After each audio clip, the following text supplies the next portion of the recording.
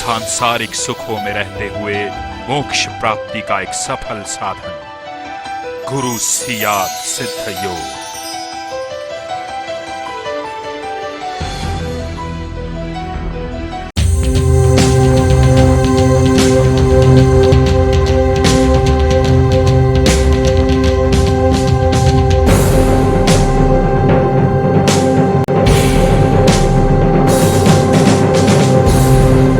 अब नरेश जी भाई साहब प्रार्थना करते हुए गीता वाचन करें। जय गुरुदेव। दैनिक क्रम में जिस तरह से हम वो रोज गुरुदेव से प्रार्थना करते हैं, मैं गुरुदेव के लिए प्रार्थना बोलता हूँ। आप सब लोग मन में गुरुदेव से वही प्रार्थना दोहराएं। जय गुरुदेव। मुक्तिदाता श्री गुरु चरण में कोटि कोटि प्रणाम। सद्गुरुदेव कृपा सिंधु आपकी करुणा दीजिए। गुरुदेव संजीवनी मंत्र का अनवरत जप दीजिए। आनंद रूप गुरुदेव आपके स्वरूप का ध्यान दीजिए। गुरुदेव आप मुझ में और मैं आप में शिव स्वरूप गंगाईनाथ जी के लिए जो समर्पण आपका है वो समर्पण हमें भी दीजिए।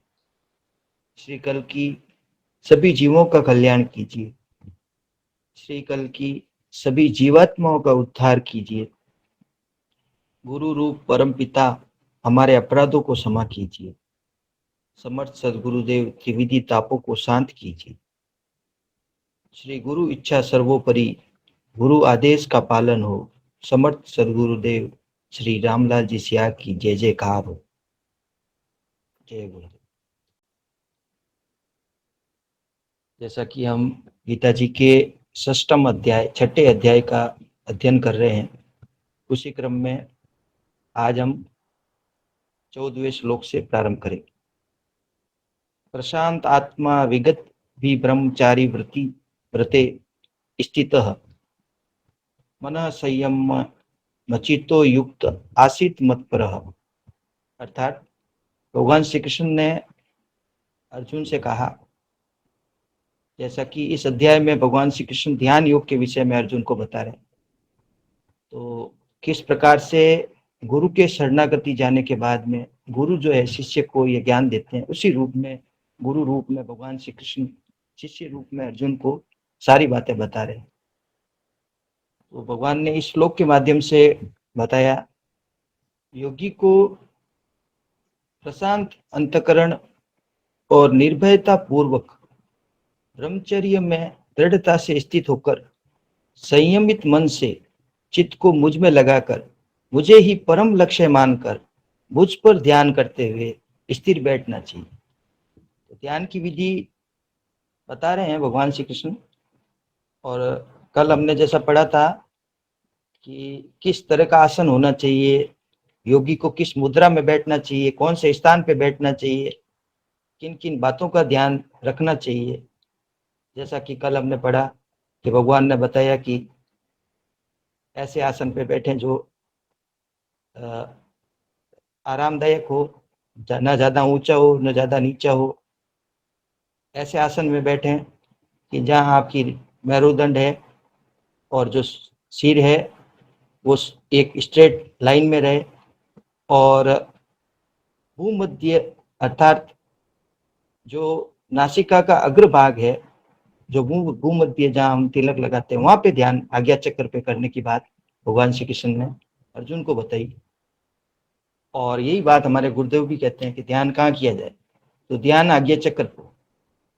आज्ञा चक्र गुरु का स्थान है। आज्ञा हम गुरु से पाते हैं, उनके आदेश से जब हम चलते हैं तो हमें आज्ञा चक्र की ऊपर के लोगों की यात्रा करने का मौका मिलता है। अन्यथा जैसा गुरुदेव ने बताया कि स्वयं के प्रयास से, किसी भी प्रकार से जब व्यक्ति हठयोग के द्वारा या स्वयं के प्रयास से आगे बढ़ने का प्रयास करता है तो कुंडलिनी शक्ति नाभि चक्र तक, कई लोग ऐसे हैं कि हठयोग से वहां पहुंच भी जाते हैं।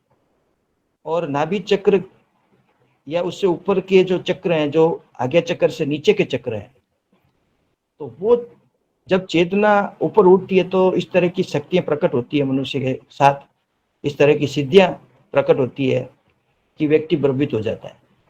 और वो उन सिद्धियों के चक्कर में फंस के माया के प्रभाव में आके आगे की ऊर्ध्वगमन की ऊर्ध्व लोगों की यात्रा नहीं कर पाता। आगे चक्कर तक पहुंचना भी बड़ा कठिन होता है, अत्यंत ही कठिन होता है। और यहाँ तक कि इससे आगे जाना तो जैसा हमारा शास्त्र कहते हैं, गुरु की आज्ञा के बिना संभव ही नहीं। तो ये गुरु कृपा से ही संभव होता है। इसमें अहंकार का त्याग करके और गुरु के प्रति समर्पित भाव से जब हम साधना करते हैं, ध्यान योग का अभ्यास करते हैं, तो हमारा जो जो विकास है, आध्यात्मिक विकास, पूर्ण विकास जो है, अद्वैत तक स्थिति प्राप्त करना, समाधि, निर्विकल्प समाधि की अवस्था को प्राप्त करना संभव होता है।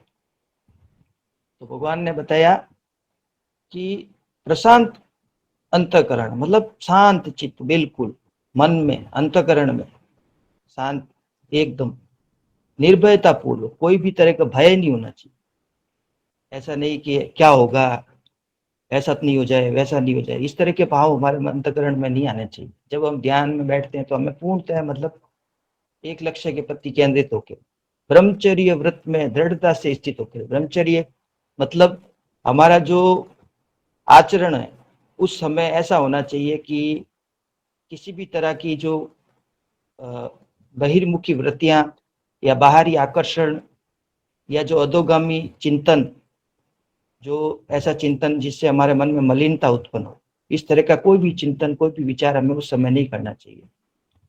और संयमित मन से, मन को संयमित करते, मन पर अंकुश लगाते हुए, मन को इधर उधर न भटकाते हुए, चित्त को मुझ में लगाकर, मतलब चिंतन, मेरा चिंतन करते हुए, चित्त को मुझ में लगाकर, मेरे स्वरूप को देखते हुए, मेरे शब्दों को याद करते हुए, तो गुरु का मंत्र याद करते हुए, गुरु के स्वरूप को देखते हुए, गुरु का चिंतन करते हुए, मुझे ही परम लक्ष्य मानकर, ऐसा लक्ष्य हमारा होना चाहिए कि गुरु से श्रेष्ठ कुछ नहीं, गुरु अर्थात ईश्वर का साकार रूप।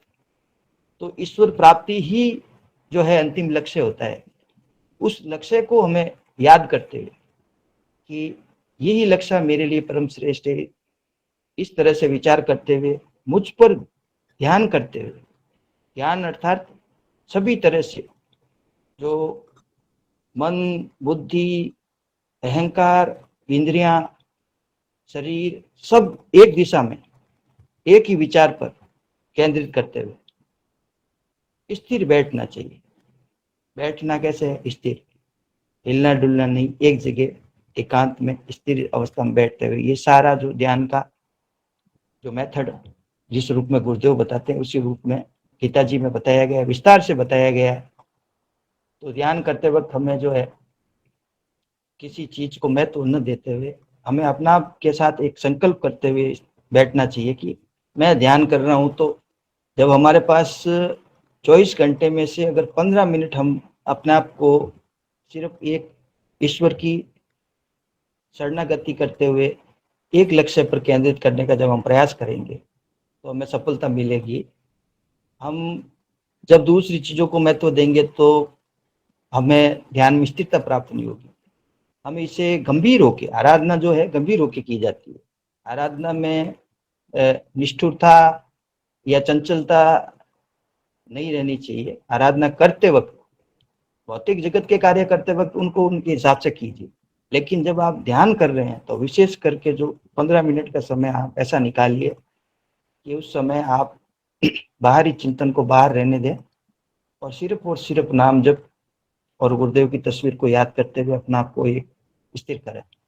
और जैसा कि हमारे गुरुदेव की कृपा से ऐसा होता है कि स्वतः ही आगे की क्रिया संपन्न हो जाती है। हम तो केवल आंख बंद करके बैठते हैं, लेकिन फिर भी यदि हम गंभीर रूप से एक निष्ठ होके और परम लक्ष्य मानते हुए जब हम ये इस प्रकार से ध्यान करेंगे जिस प्रकार से भगवान ने बताया है, तो हमें असाधारण परिणाम देखने को मिलेंगे। तो ये हमारा प्रयास ऐसा होना चाहिए कि अपना आप में निपुण हो। और जैसा स्वामी विवेकानंद ने तो यहाँ तक कहा कि मैं ये सोचता हूँ कि मेरा जीवन आज का दिन जो है वो मेरा अंतिम दिन है। मैं इस तरह से प्रयास करता हूँ, मैं ऐसा नहीं सोचता हूँ मेरा जीवन विशेष है। तो हमारा जो समय हमें अभी वर्तमान में जो मिला है उसका हम पूर्ण उपयोग करें, पूर्ण उसका लाभ लें। जो हमारी शक्ति है, जो ईश्वर ने इस शरीर के माध्यम से हमारे अंदर प्रकट की है, उन शक्तियों को चेतन करके उनको उपयोग लेना, उससे ही जीवन जो है रूपांतरित होकर दिव्य जीवन बनता है। तो ये सारा जो है हमें प्रयास अपने आप में सुदृढ़ प्रयास, निपुण प्रयास करना चाहिए, प्रयास गंभीर होना चाहिए, लापरवाही किसी भी प्रकार की नहीं होनी चाहिए। ध्यान के लिए समय निकालना और ध्यान करना, ध्यान का महत्व जो होता है वो बहुत ही श्रेष्ठ होता है। बड़े बड़े ऋषि मुनि तपस्वी जो है ध्यान करते थे, और यही वो विधि है जिसके द्वारा उन्होंने दिव्यता को प्राप्त किया। संपूर्ण ज्ञान जो है अंदर से प्रकट हो सकता है यदि हम हमारे मन और बुद्धि को ईश्वर में लगाए, स्थिर करें। आगे, युज्यनीवं सदात्मानं योगी नियतमानसः शांति निर्वाण परमाम मत संस्थाम अधिगच्छति। फिर भगवान श्री कृष्ण ने अर्जुन से कहा, आत्मशासित योगी, जिसका मन पूर्णतः उसके वश में है, इस प्रकार ध्यान द्वारा अपनी आत्मा को अविरत रूप से परमात्मा के साथ एकता में लगाए हुए रखकर मेरे अस्तित्व की परम शांति अर्थात सर्वोच्च निर्वाण को प्राप्त।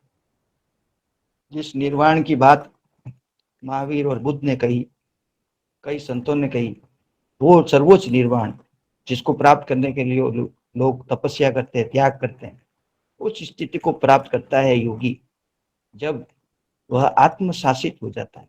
मन को पूरी तरह से वश में करके ध्यान द्वारा अपनी आत्मा को अविरत रूप से, बिना खंडित रूप से, बिना अवरुद्ध हुए एक तेल की धारा की सदृश जो है वो अपने मन को परमात्मा के साथ एक रूप में लगाता है, उसके साथ एक करता है। योग का यही अर्थ है, आत्मा को परमात्मा में लगाना। जो हमारा जो शारीरिक चिंतन है, मानसिक चिंतन है, जो हमारा चैतन्य है, उसको संपूर्णता से उस ईश्वर के चरणों में समर्पित कर देना। और जो इस प्रकार से जब हम प्रयास करते हैं तो वो जो सर्वोच्च निर्वाण है, जो परम शांति है, परम शांति ही सर्वोच्च निर्वाण है। ऐसी स्थिति जिसमें कि जैसे समुद्र में नदियां गिरती है तो समुद्र में बिल्कुल भी कोई प्रभाव नजर नहीं आता, किसी भी प्रकार की समुद्र में चंचलता नदियों की वजह से उत्पन्न नहीं होती, और समुद्र शांत, असीम समुद्र की तरह जो शांति उसमें जिस तरह से हमें दिखाई दे, उसी रूप में जो वो निर्वाण की प्राप्ति, सर्वोच्च परम शांति हमें प्राप्त होती है। ये प्रयास हमारा इस तरह का होना चाहिए जिस तरह से भगवान श्री कृष्ण ने अर्जुन को बताया।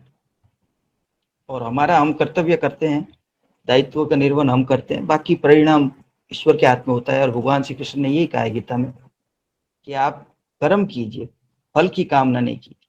आपका कर्म करने का जो तरीका है वो बिल्कुल निष्काम रूप में होना चाहिए, समर्पित होना चाहिए और लक्ष्य पर केंद्रित होना चाहिए। लक्ष्य हमने जब बनाया है तो लक्ष्य पर केंद्रित जब तक हम नहीं होंगे, हमारा लक्ष्य ही अगर कोई है ही नहीं, अगर हम ये सोचते हैं कि हम खाली बीमारी ठीक करना चाहते हैं या खाली कोई सिद्धि प्राप्त करने के लिए आए या सिर्फ और सिर्फ देखने आएंगे क्या ये सत्य है या नहीं है, तो हमारा जो दृष्टिकोण है वो इस तरह का होना चाहिए कि वो सर्वोच्च निर्वाण, उस परम शांति की स्थिति को हम गुरु कृपा से प्राप्त करें। समर्पित भाव से ये आराधना करते हुए ये हमें सफलता मिलती है, और जब आगे लोगों को मिली तो हमें भी मिलेगी। हमारा प्रयास इस तरह का होना चाहिए। आगे मैं पढ़ता हूँ। ना अति अस्नतः योगो अस्ति न चेकांतमस्नतः न चाति स्वप्नशीलस्य जागृतो नीव चार्जुन। अर्थात भगवान श्री कृष्ण ने कहा, हे अर्जुन, बहुत अधिक खाने वाला, बहुत कम खाने वाला, स्वभावतः अति सोने वाला और अति कम सोने वाला, इनमें से कोई भी योग में सफल नहीं होता। योग सिद्धि जो है, भगवान श्री कृष्ण ने कहा कि योग सिद्धि किसी भी प्रकार से अति करने पर प्राप्त नहीं होती। अति जैसे खाने में भी अति काम की नहीं है, या तो बिल्कुल भी नहीं खा रहा है कोई व्यक्ति, बहुत कम खा रहा है, या बहुत ज्यादा खा रहा है, या बहुत ज्यादा सो रहा है, या बहुत ही कम सो रहा है। तो इस प्रकार से जो है, यदि कोई योगी अपनी बुद्धि से इस तरह का प्रयास करता है कि मैं ऐसा करूंगा और मुझे सफलता प्राप्त जल्दी होगी, तो ये उसका भ्रम है। भगवान ने कहा है इस तरह से योग सिद्ध नहीं होता है। योग स्वतः होने वाला परिवर्तन है, सहज रूप से होने वाला परिवर्तन है। इसमें आपका जो प्रयास, जितना भगवान ने बताया उसी तरह का प्रयास होगा, जब भी आपको सफलता मिलेगी। आप अभी जल्दी जल्दी इस ज्ञान को प्राप्त करना चाहते हैं या जल्दी जल्दी ये परिवर्तन अपने हिसाब से करना चाहते हैं, तो ये फिर संभव नहीं होगा। क्योंकि यदि आपने इस तरह से प्रयास किया कि बहुत ही ज्यादा खा रहे हैं या बहुत कम खा रहे हैं, तो आप बीमारी आपको जकड़ लेगी।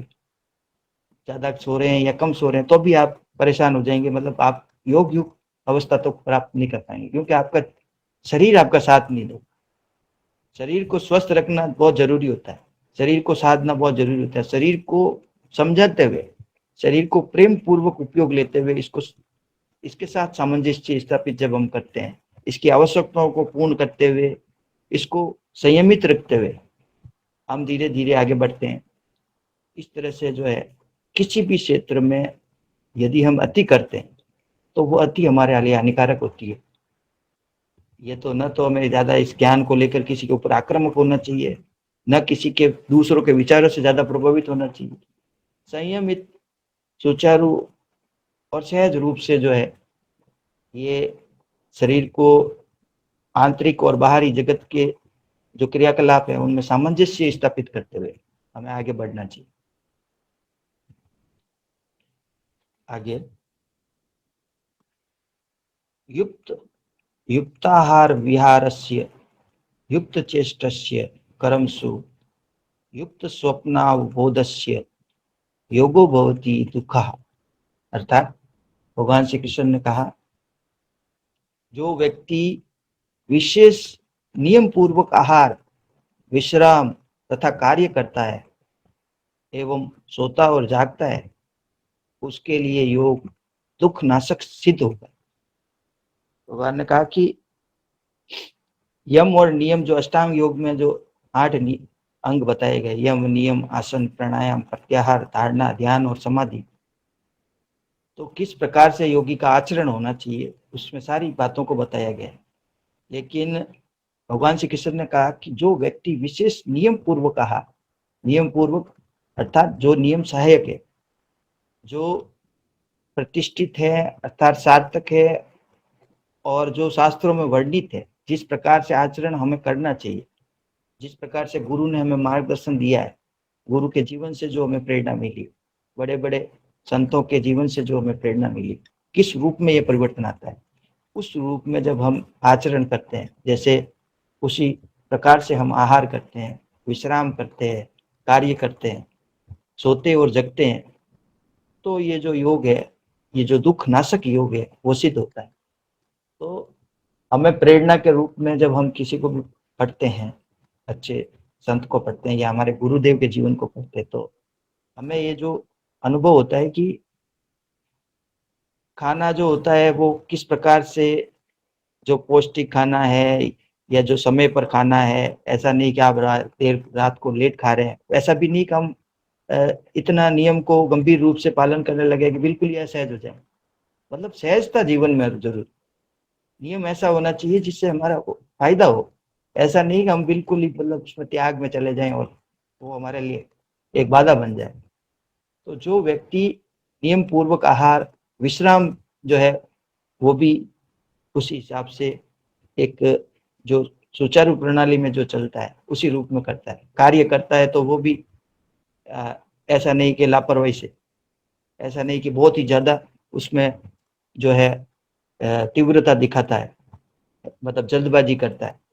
तो ये इस तरह की चीजें हमें बिल्कुल अवॉइड करनी चाहिए और सहज रहते हुए, जैसी हमारी जरूरत है, पहले आवश्यकता उसकी पूर्ति करते हुए जब हम चलते हैं, तो हमें जो है ये योग प्राप्त होता है, इसकी सिद्धि प्राप्त होती है। आगे, यदा विनीयतम चित आत्मन्यवात्व तिष्ठते निष्प्रह सर्व कामेभ्यो युक्त इच्युत्ते तदा। अर्थात भगवान श्री कृष्ण ने कहा, जब चित्त पूर्ण रूप से वश में और परमात्मा में शांति पूर्वक स्थित हो जाता है, तब इस प्रकार सभी विषयों से स्पृहा रहित योगी को परमात्मा से युक्त कहा जाता है। तो जो चित्त है, जो हमारी चेतना की प्राकट्य भूमि, जिसमें हमारे भाव मुख्य रूप से प्रविष्ट रहते हैं, और वो जब चित्त पूर्ण रूप से वश में हो जाता है, जो विचिंतन है वो सारा एक गिर्द एक ही भाव, एक ही परम सत्ता के प्रति समर्पित भाव से, एक भाव के प्रति जब हम दृढ़ हो जाते हैं, तो परमात्मा में जो हमारी स्थिति है वो शांति पूर्वक हो जाती है। तब इस प्रकार सभी विषयों से स्पृहा रहित योगी को परमात्मा से युक्त कहा जाता है। परमात्मा से युक्त होना, योग, परमात्मा को और आत्मा को जोड़ना, आत्मा को परमात्मा में लगाना, इस स्थिति को प्राप्त करने के लिए जो बाहरी विषय हैं उनसे व्यक्ति का कोई भी अटैचमेंट नहीं रहता। फिर व्यक्ति जो है सहज रूप में जो मिल गया सो मिल गया, और उसको प्राप्त होने पर वो संतुष्ट रहता है, उसे प्राप्त करने की कामना नहीं करता। तो कामना के रूप में केवल और केवल ईश्वर प्राप्ति को ही प्रमुखता से देखता है। कर्तव्यों का निर्वहन, सभी कर्तव्यों का निर्वहन करते हुए जो लक्ष्य है उसके प्रति केंद्रित रहते हुए, बाहरी विषयों को महत्वपूर्ण नहीं मानते हुए, योगी जो है आंतरिक जगत में परमात्मा के साथ युक्त रहता है। मन ही मन जो हम नाम जप कर रहे हैं, हमारा जो आंतरिक प्रयास नाम जप के रूप में चलता रहता है, तो वो जो प्रयास है वो स्पृहा रहित प्रयास है, वो जो है शांति देने वाला है, वो हमारे चित्त को स्थिर करने वाला है। तो प्रयास महत्वपूर्ण है। भगवान श्री कृष्ण ने जैसा कहा है गीता में कि अभ्यास और वैराग्य, ये दो चीजें जो है ये योग सिद्धि में महत्वपूर्ण स्तंभ के रूप में देखी जाती है। तो प्रयास के बिना कोई भी सिद्धि नहीं हो सकती। तो ये जो स्थिति जो गीता में बताई गई, ये सारी स्थितियां प्राप्त होती है हमें, और प्राप्त करने के लिए हमें प्रयास करना पड़ता है। हमें अपने आप को एक निश्चित रूपरेखा के तहत अपने लक्ष्य की ओर आगे बढ़ाना पड़ता है। तो वो प्रयास हमें स्वयं को करना पड़ता है, क्योंकि ईश्वर कभी भी हमें अपनी ओर मुड़ने के लिए बाध्य नहीं करते। वो कभी नहीं कहेंगे कि आप मेरे प्रति इस तरह से निष्ठावान होके और केवल मुझे ही श्रेष्ठ मानते हुए बाकी सब छोड़ के और मेरे प्रति बढ़ो आप। ये हमारी स्वयं की इच्छा से उन्होंने हमें हमारे सामने मार्गदर्शन रखा है, एक उदाहरण रखा है, लेकिन फिर भी व्यक्ति जो होता है वो उसको भगवान कभी भी बाध्य नहीं करते कि वो आराधना करे। ये तो हम हमारे कष्टों में जब फंस जाते हैं, जब हमारे कष्ट इतने ऊपर हमारे ऊपर हावी होते हैं, तब हम सोचते हैं कि हम भगवान को याद करें। अन्यथा जिस व्यक्ति के पास धन और संपन्नता है, वह व्यक्ति ईश्वर की ओर क्यों मुड़ेगा? वो यदि उसकी खुद की इच्छा होगी तो ही मुड़ेगा, उसे कोई प्रेरणा के रूप में कुछ प्रेरणा मिलेगी तो मुड़ेगा। तो ये भगवान किसी को आके नहीं कहते कि तुम जो है सब छोड़ के और मेरी तरफ बढ़ जाओ, या जो है ये योग तुम करो। ये हमें जरूरत थी और हम गुरुदेव के पास गए कि गुरुदेव आप हमें दीक्षा दीजिए, हम ये योग साधना करना चाहते हैं, हम हमारा विकास करना चाहते हैं।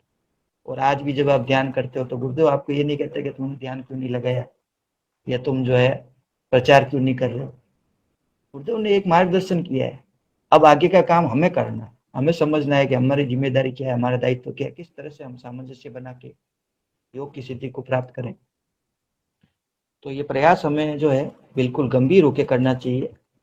और जब हम या तो हम किसी चीज को, किसी कार्य को हमें हाथ में नहीं लेना चाहिए, और हाथ में लेना चाहिए तो हमें उसे इतनी निपुणता से करना चाहिए कि उसमें जो है लगे कि वास्तव में हमने ये प्रयास जो है संपूर्ण चित्त और साधनों से युक्त होके की। तो ये बड़े बड़े जो ऋषि मुनि तपस्वी जो हैं, उन्होंने जो परिवर्तन अपने अंदर किया या संसार के अंदर किया, वो प्रयास उनका उस तरह का था। तो हमें और उनमें यही भेद, प्रयासों का अंतर। हमारे प्रयास मंद है, उनके प्रयास तीव्र थे, लेकिन फिर भी हमें सहज रह के आराधना करनी चाहिए। सभी गुरु बहन भाइयों को जय श्री गुरुदेव। अब हम गुरुदेव की दिव्य लेखनी जो पढ़ रहे हैं, उस लेख का शीर्षक है संन्यास और निष्काम कर्म योग में कौन श्रेष्ठ है। पूज्य गुरुदेव ने 9 अप्रैल 1988 को ये लेख लिखा था। गुरुदेव आगे लिखते हैं, गीता के 5वें अध्याय में अर्जुन ने भगवान से पूछा, हे कृष्ण, कर्मों से संन्यास की और फिर निष्काम कर्मयोग की प्रशंसा करते हो, इन दोनों में एक जो निश्चय किया हुआ कल्याणकारक होवे उसको मेरे लिए कहिए। हे अर्जुन, कर्मों का संन्यास और निष्काम कर्मयोग यह दोनों ही परम कल्याण करने वाले हैं, परंतु दोनों में कर्मों के संन्यास से निष्काम कर्मयोग श्रेष्ठ है। हे अर्जुन, जो पुरुष न किसी से द्वेष करता है न आकांक्षा करता है वह समझने योग्य है, क्योंकि राग द्वेष आदि द्वंद्वों से रहित हुआ पुरुष सुखपूर्वक संसार रूप बंधन से मुक्त हो जाता है। संन्यास और निष्काम कर्मयोग को मूर्ख लोग अलग अलग कहते हैं, न कि पंडित जन। एक में भी अच्छी प्रकार स्थिर हुआ दोनों के फलस्वरूप परमात्मा को प्राप्त होता है। ज्ञान योगियों द्वारा जो परम धाम प्राप्त किया जाता है, निष्काम कर्म योगियों द्वारा भी वही प्राप्त किया जाता है। जो पुरुष ज्ञान योग और निष्काम कर्म योग को एक देखता है वही यथार्थ देखता है। परंतु हे अर्जुन, निष्काम कर्म योग के बिना संन्यास प्राप्त होना कठिन है। भगवत स्वरूप का मनन करने वाला निष्काम कर्म योगी पर ब्रह्म परमात्मा को शीघ्र ही प्राप्त हो जाता है। वश में किया हुआ है शरीर जिसके, ऐसा जितेंद्रिय विशुद्ध अंतःकरण वाला संपूर्ण प्राणियों के आत्म स्वरूप परमात्मा में एक ही भाव हुआ निष्काम कर्मयोगी कर्म करता हुआ भी लिपायमान नहीं होता। तत्व को जानने वाला सांख्य योगी तो देखता हुआ, सुनता हुआ, स्पर्श करता हुआ, सूंघता हुआ, भोजन करता हुआ, गमन करता हुआ, सोता हुआ, श्वास लेता हुआ, बोलता हुआ, त्यागता हुआ, ग्रहण करता हुआ, आंखों को खोलता मीचता हुआ भी सब इंद्रियां अपने अपने अर्थों में बता रही हैं। इस प्रकार समझता हुआ ऐसे मानो कि मैं कुछ भी नहीं करता हूं। जो पुरुष सब कर्मों को परमात्मा में अर्पण करके आसक्ति को त्याग कर कर्म करता है, वह पुरुष जल में कमल के पत्ते की सदृश पाप से लिपायमान नहीं होता।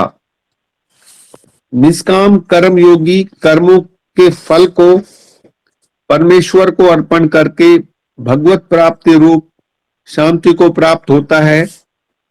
सकामी पुरुष फल में आसक्त हुआ कामना के द्वारा बंधता है। भगवान ने स्पष्ट कर दिया कि कर्ता भाव के चक्कर में फंसकर ही जीव माया के अधीन हुआ जन्म मरण के चक्कर में फंसकर दुख भोग रहा है। गीता का उपदेश सुनने के बाद भी लोगों का भ्रम दूर नहीं हो रहा है। इसका एक ही कारण है कि उपदेशक का भी भ्रम दूर नहीं हुआ है। यही कारण है कि हिंदू धर्म में संत सतगुरु की शरण में जाने का बारंबार आदेश दिया जाता है। चेतन गुरु की वाणी में प्रभाव होता है, क्षण भर में अंधकार दूर हो जाता है। सभी गुरु बहन भाइयों को जय श्री गुरुदेव। यह लेख पूर्ण हुआ। अब हम गुरु चर्चा को जारी रखते हुए सभी गुरु बहन भाइयों से निवेदन करेंगे कि अपनी कोई भी जिज्ञासा प्रश्न हो वो अब रखिए। अभी जो गुरु भाई ने जो भी हैंड रेज किया था उनसे निवेदन है वो अपना ऑडियो ऑन करके और अपनी बात रखें। जय श्री गुरुदेव। धन्यवाद। मैं ये जान एक तो ये वाली बात, मेरे कुछ 2-3 प्रश्न है। अभी पहला ये है कि जो जैसे दिव्य लेखनी आप पढ़ रहे हैं, तो ये पुस्तक या और भी जो पुस्तक हैं हिंदी में, उसकी हार्ड कॉपी, सॉफ्ट कॉपी नहीं, हार्ड कॉपी पुस्तक के रूप में मुझे कैसे प्राप्त हो सकती है? गुरु भाई, ये पुस्तक आश्रम से मिल जाएगी। ये सिद्धि योग, इसका नाम है सिद्धि योग। अच्छा, हाँ जी, पुस्तक का इसका नाम सिद्धि योग है। ये अपने आश्रम एबीएस के जोधपुर से ये प्राप्त हो जाएगी। आप मंगवा सकते हैं। इसकी कीमत कितनी रहेगी?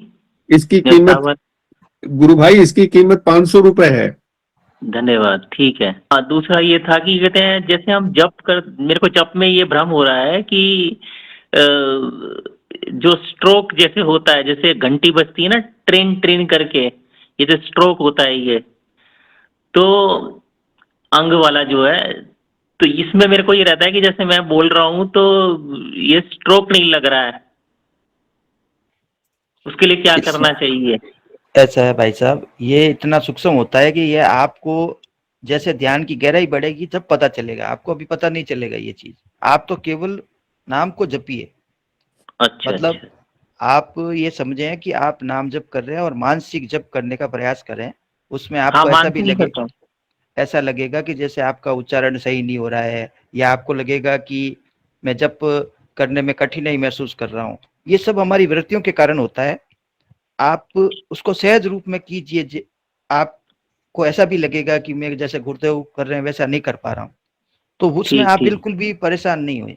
आप ठीक है। सिर्फ सहज रहते हुए जपते जाएं। हाँ, मेरे को क्या लग रहा है कि मेरा मेरा जो जप है सॉफ्ट, और इसमें क्या है कि स्ट्रोक वाली बात आई है कि शब्दों को जैसे जैसे मैंने आपको ट्रिंग बोला ना, ट्रिंग, ऐसे ट्रिंग करके, जैसे घंटी, जैसे पुरानी घंटी होती थी ऑफिस के अंदर, तो लगती थी वो।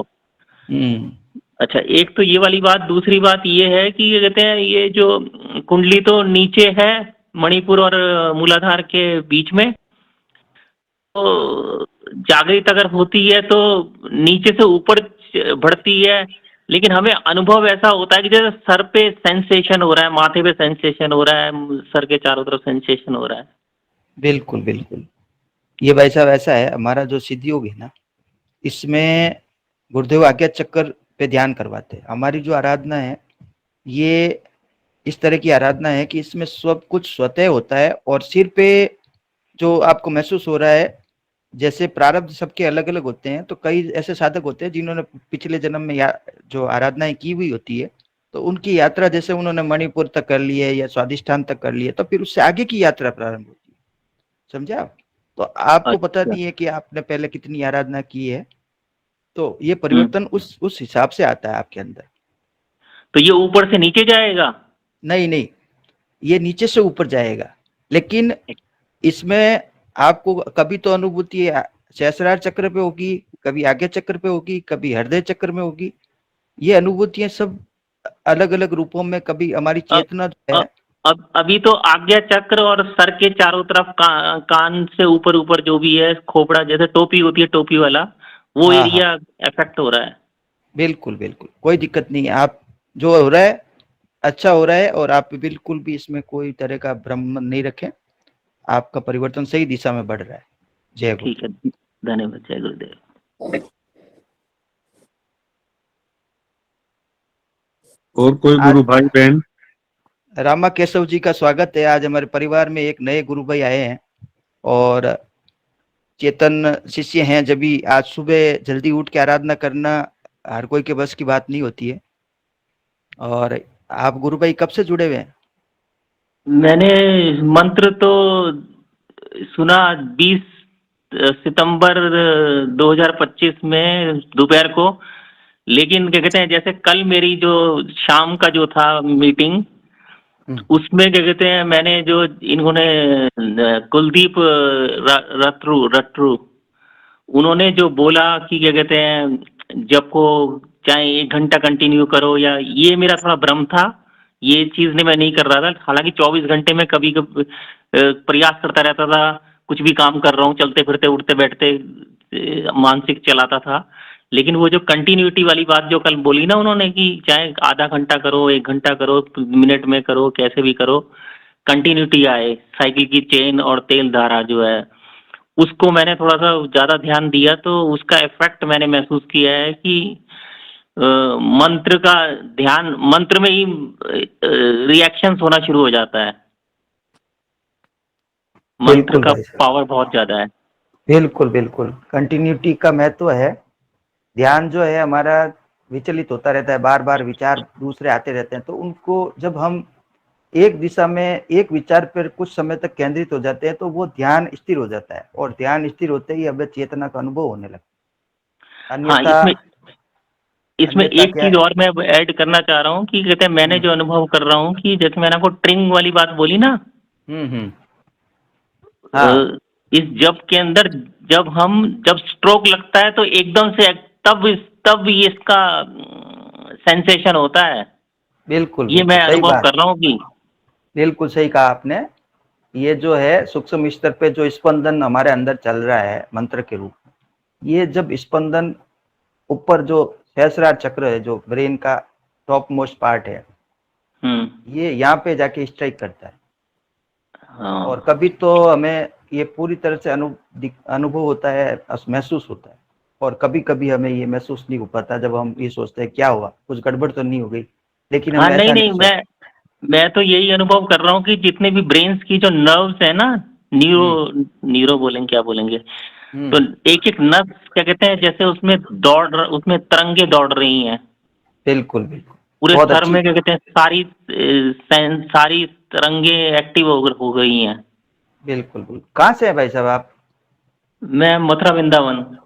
वाह वाह, जोरदार, आप तो कृष्ण की भूमि से हैं। आप तो सबको मेरा सभी गुरु भाइयों के चरणों में मेरा दंडवत प्रणाम स्वीकार करें और आशीर्वाद दें कि मैं अपनी इस साधना की यात्रा में गुरु की कृपा प्राप्त कर सकूं। धन्यवाद। बिल्कुल, हमारे गुरुदेव की कृपा सब पे बनी हुई है, हम सब समान हैं, हम सब साधक हैं, और जैसे आप हैं वैसे हम हैं।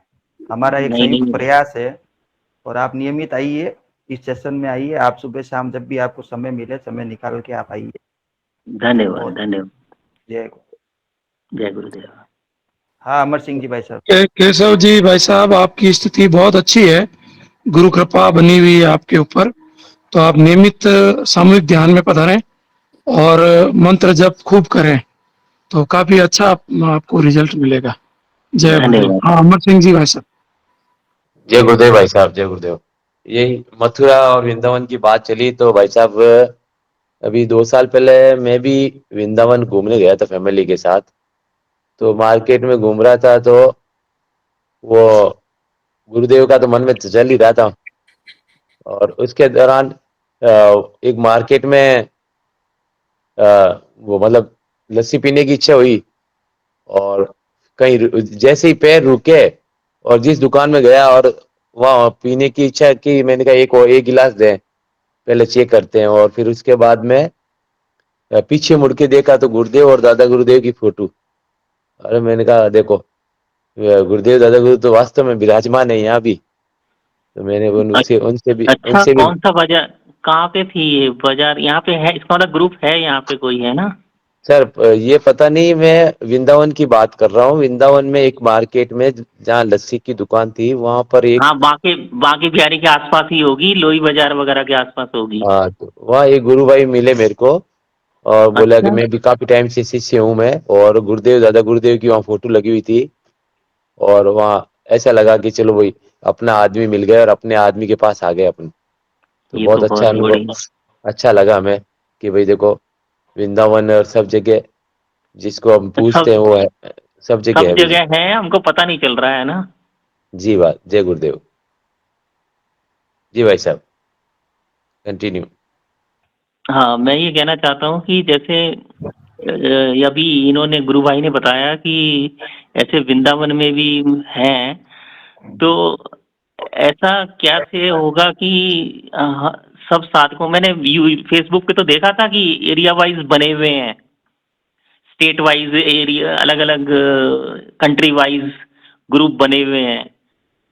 तो ऐसा भी कुछ होना चाहिए कि जिससे कि लोकल एरियाज में भी गुरु भाई आपस में जुड़ करके रहें और प्रचार कार्य भी अच्छा हो।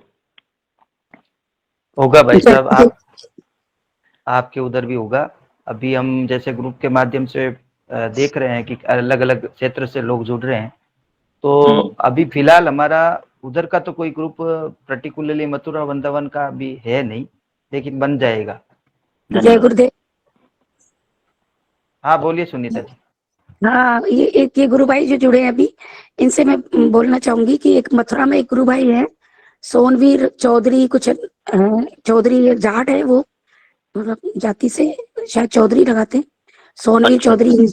हाँ, पेशे से इंजीनियर हैं वो, और ज्यादा एज नहीं है उनकी, 28-29 साल एज है, और काफी समर्पित साधक है वो। आपका नंबर इस ग्रुप से जुड़वा लीजिए आप, मैं आपको उनके नंबर सेंड कर दूंगी, आप उनसे बात कीजिए। आप स्वयं ग्रुप बना लीजिए, आप स्वयं करिए प्रयास, बहुत सारे साधक मिलेंगे जी। जय गुरुदेव। दीदी मैं केशव जी के नंबर आपको भेज दूंगा। और केशव जी, आप ये मान लीजिए कि आज का सेशन आपके लिए है, तो आप जो बात करना चाहें, आपका स्वागत है। बहुत अच्छी स्थिति है, और आपने जो प्रचार की बात कही है तो बहुत प्रसन्नता हुई है सुन के। तो और दूसरा ये कि जो हमारा अगले 26 अक्टूबर का हमारा जो दीक्षा कार्यक्रम वापस होगा, इसमें आप अपने क्षेत्र के लोगों को ला सकते हैं। तो ऐसे करके हम धीरे धीरे अपने जो गुरु भाई हैं उनको हम लोग सम्मिलित कर लेंगे, ग्रुप बना लेंगे। सही, बहुत अच्छा है जी। और कुछ आप पूछना चाहे तो पूछिए। हाँ, वही यही था। एक तो मैं बुक्स का थोड़ा सीकर हूँ कि मेरे को बुक्स मिलने तो और अच्छे से डीप थोड़ा गुरुदेव क्या बोल रहे हैं, यूट्यूब वगैरह पे सब वीडियो देखे हैं सारे। जो जैसे अभी मैं देख रहा हूँ कि जैसे मीडिया में तीन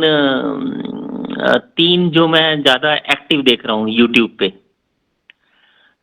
3 लोग, और बाकी एक्टिव होंगे, हो सकता है मेरे नजर में नहीं आ रहे हैं।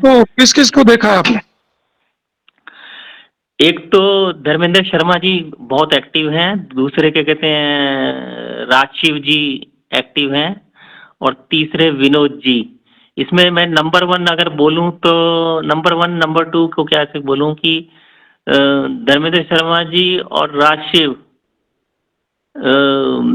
इनका जो चल रहा है प्रचार अच्छा पावरफुल है, जो मीडिया जो यूट्यूब के ऊपर छाया हुआ है, जल्दी लोग उससे जुड़ जाते हैं। दूसरा मुझे और लोगों का इतना देखने में नहीं आ रहा। हाँ, पहले कभी कविता राणा वगैरह के कोई वीडियो बने थे 3 साल पहले, 2 साल पहले भी कुछ आए हैं, उसके बाद तो उन्होंने बंद ही कर दिए हैं। उनका नाम जाप वगैरह मैंने उनका पूरा सीरीज सुना, काफी हेल्प मिली। अजय थे गुड़गांव से, उनसे ही मैंने ये सब सीखा कि उनसे मतलब उनका जो एक उसमें वहीं पर ही देखा, डायरेक्ट तो उनसे इंटरेक्शन हुआ नहीं।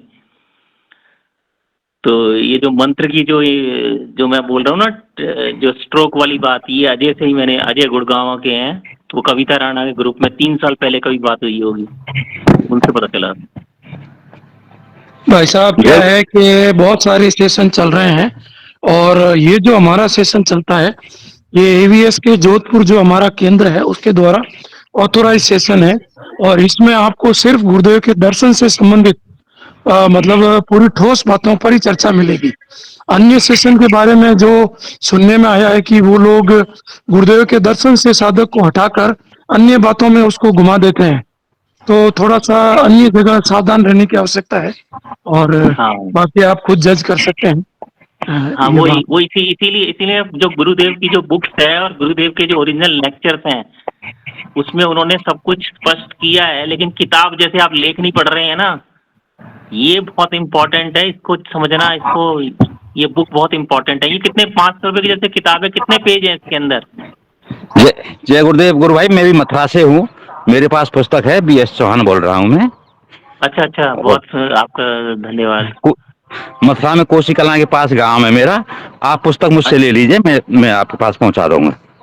अरे आपका बहुत बहुत कृपा, आशीर्वाद। मैं रेलवे में लोको पायलट हूँ। आप बता दीजिए मथुरा स्टेशन पे कब ले लेंगे, मैं वहां से गाड़ी लेके जाता हूँ तो आपको वहां दे दूंगा। अच्छा, वृंदावन रोड पे मथुरा स्टेशन, अच्छा मैं वृंदावन रहता मथुरा हूँ तो हाँ, वृंदावन रोड नहीं पे भी आप रुकती है गाड़ी? नहीं, आपको या तो मथुरा जंक्शन आना पड़ेगा, या फिर हमारे साथी हैं कुछ वृंदावन के, तो आप एड्रेस बता देना, वो कभी घर जाएंगे तो फोन से आप उनसे कलेक्ट कर लेना।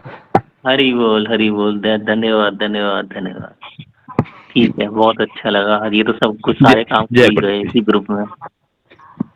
ये केशव जी भाई साहब, मैं आपको चौहान साहब के नंबर सेंड कर दूंगा, तो ठीक ठीक। आप सर से कांटेक्ट करके और देखिए, गुरुदेव ने तुरंत आपकी जो उत्कंठा इच्छा थी उसको पूरा कर दिया है। तो हाँ हम यही लोगों को खुशी। भी, हम सबको भी बड़ी खुशी हुई है भाई साहब, और बहुत अच्छी बात है।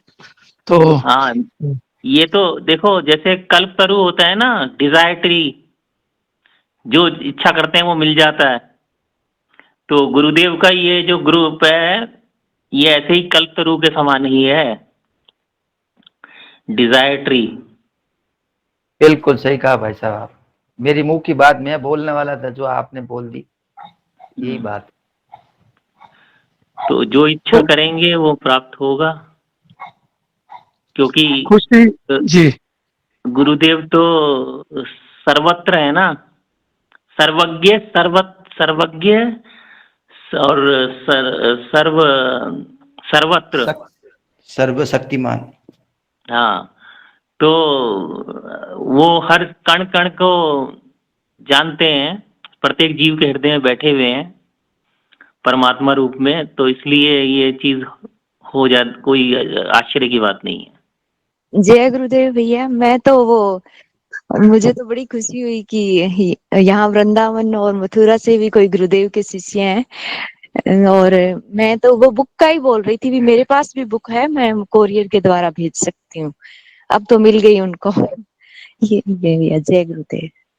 धन्यवाद, बहुत बहुत जय सभी का गुरुदेव। धन्यवाद। गुरु भाई, मेरी आवाज आ रही है अभी? हाँ आ रही आ है। रही है, आ रही है। हाँ, जय गुरुदेव। तो मैं जो नए गुरु भाई आए हैं उनका स्वागत करती हूँ और उनको बोलती हूँ कि अगर आप ट्विटर से जुड़ सकते हैं तो बहुत ही अच्छा रहेगा, क्योंकि ये बुक जो हम कोट करके ट्विटर्स पे डालते हैं, तो आपको सभी कविता राणा से लेकर सब तक, हर छोटे से जो कल ही जुड़े हैं वो साधक और जो बहुत पुराने साधक है, सब ट्विटर पे और यहाँ व्हाट्सएप ग्रुप में मिल जाएंगे। और गुरुदेव को आप जैसे 1-2 महीना तक देखेंगे तो आपकी हर एक चीज क्लियर हो जाएगी। वहां गुरुदेव की पोस्टें शेयर हो रही है, और यूट्यूब की वीडियो शेयर हो रही है। तो आपको शुरू में मैं तो आपको एक ही बात बोलूंगी कि आप साधकों को सुनने से अच्छा है आप गुरुदेव को सुने, ज्यादा से ज्यादा गुरुदेव की स्पीच को सुने आप, उसी से आपका ठीक। सारे सोल्यूशन निकल जाएंगे। हाँ, आपका कोई क्वेश्चन ही नहीं बचेगा। कुछ ही 1-2 महीने में आप कहेंगे मेरा कोई क्वेश्चन नहीं है, अभी बस खत्म सब कुछ, मुझे पता चल गया कि क्या करना है मुझे, है ना। तो सही हम सही सब सही कोट कह कर रहे रहे हो। हैं गुरुदेव की लाइनें, सब कोट कर रहे हैं हम। आप ट्विटर का आईडी अकाउंट बनाइए अपना और ट्विटर पे आ जाइए, वहां ट्विटर का स्पेस भी मतलब होता है। X x. हाँ जी, हाँ जी, एक्स। वहां स्पेस भी ठीक होता है, साधक आते हैं, सब आपस में एक्सपीरियंस शेयर करते हैं कि हमारे क्या अनुभूतियां हुई हैं, तो वो आपको ज्यादा अट्रैक्टिव लगेगा उससे ना। और व्हाट्सएप में ठीक है। जुड़िए।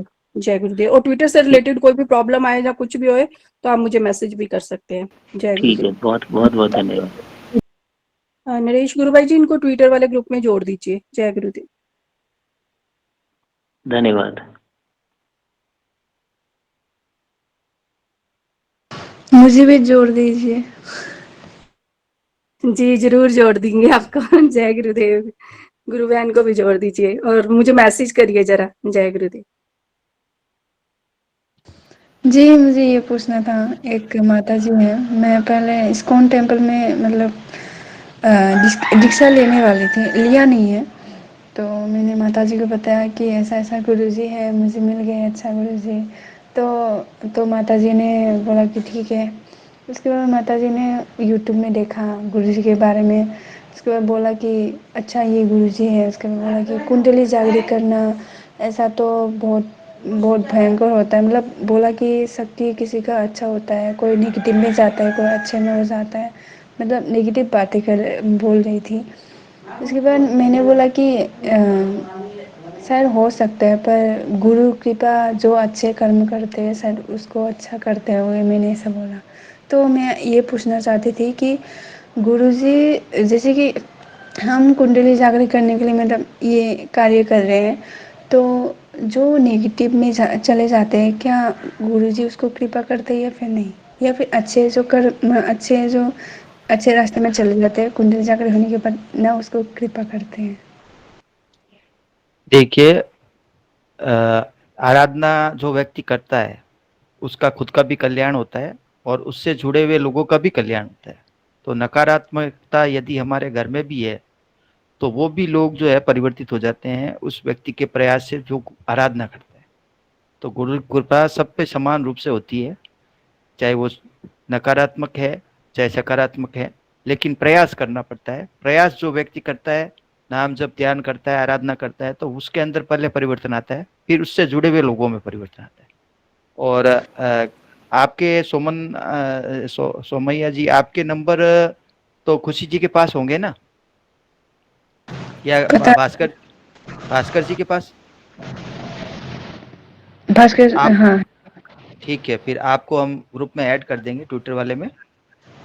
ठीक है। जय गुरुदेव। जय गुरु। तो मैना जी ने जो बताया कि वो इस्कॉन में जुड़ना, दीक्षा नहीं ले पाई, जुड़ रही थी।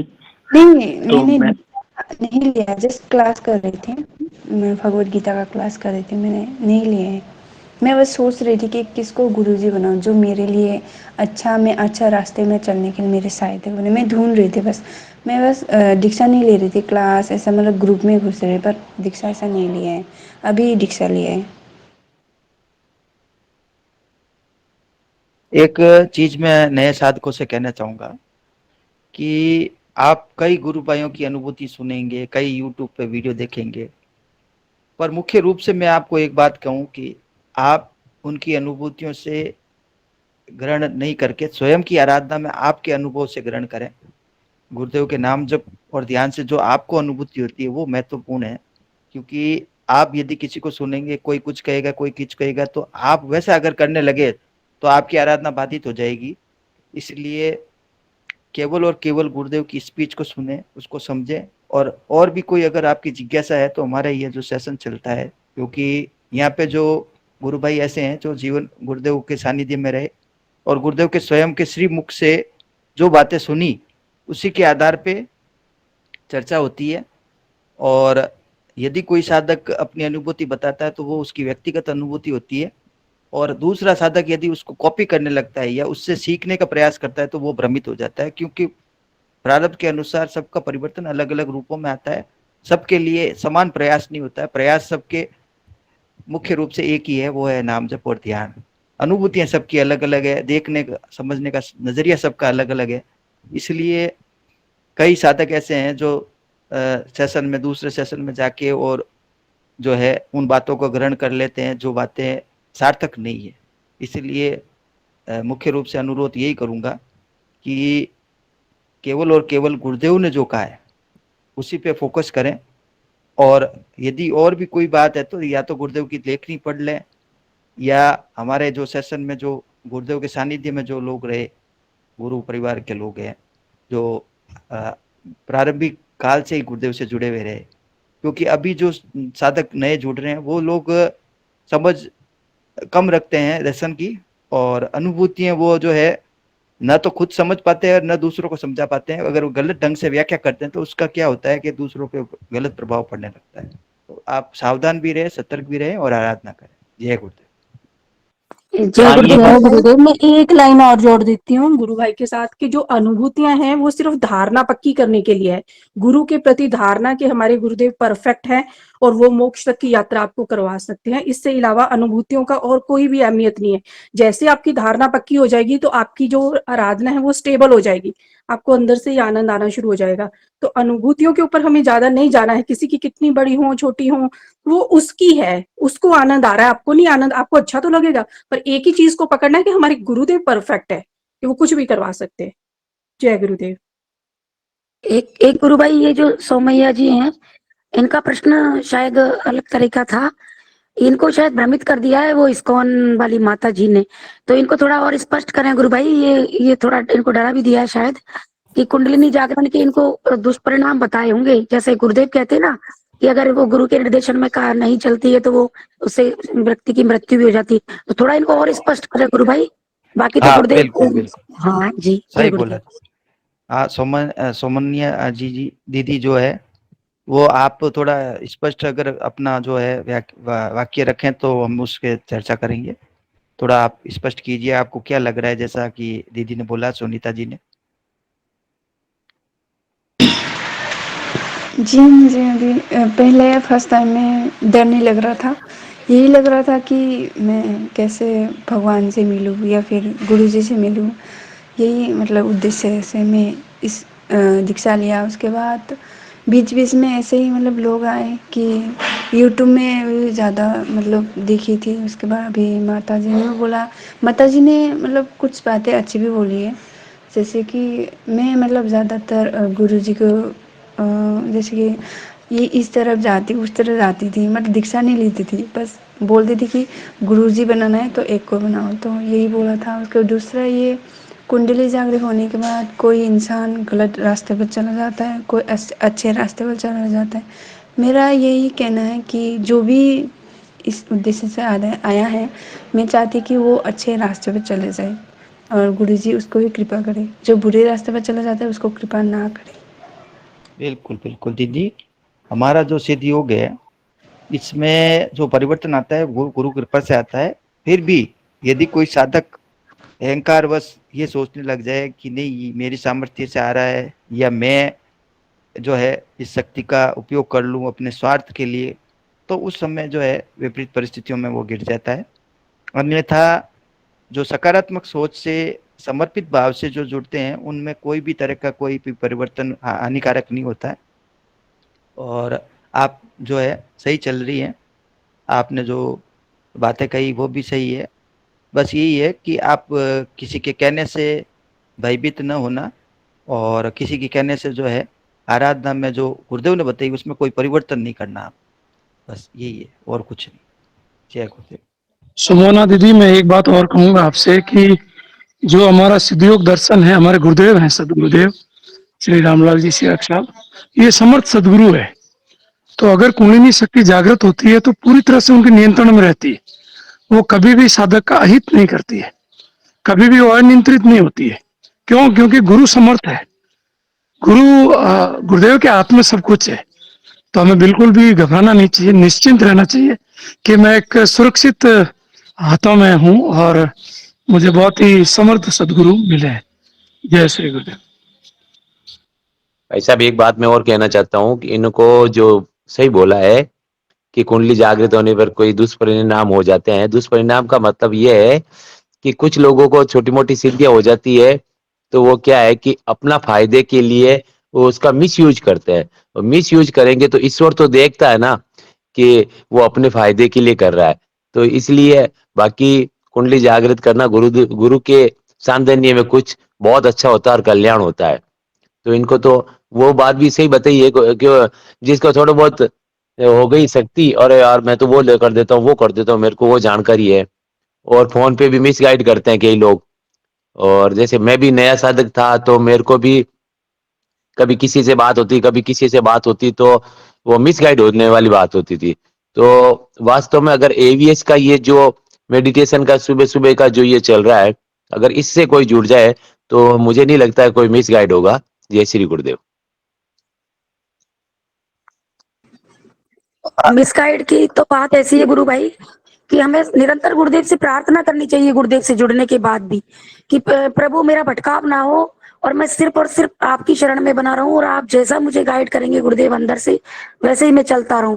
प्रार्थना हमेशा प्रार्थना पे बल होना चाहिए हमारा, और प्रार्थना हमेशा कारगर होती है। गुरुदेव निरंतर साधक की प्रार्थना सुनते हैं।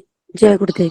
हाँ, इसमें ये है कि जो हठ योग से करते हैं उन लोगों के साथ ऐसा होता है कि जबरदस्ती मतलब अपना हठ से उसको जागृत करते हैं तो नुकसान होता है, अदरवाइज नुकसान कहाँ होता है। गुरुदेव जैसे बता रहे हैं उनके नियंत्रण में रहती है तो कोई हानि होती ही नहीं है।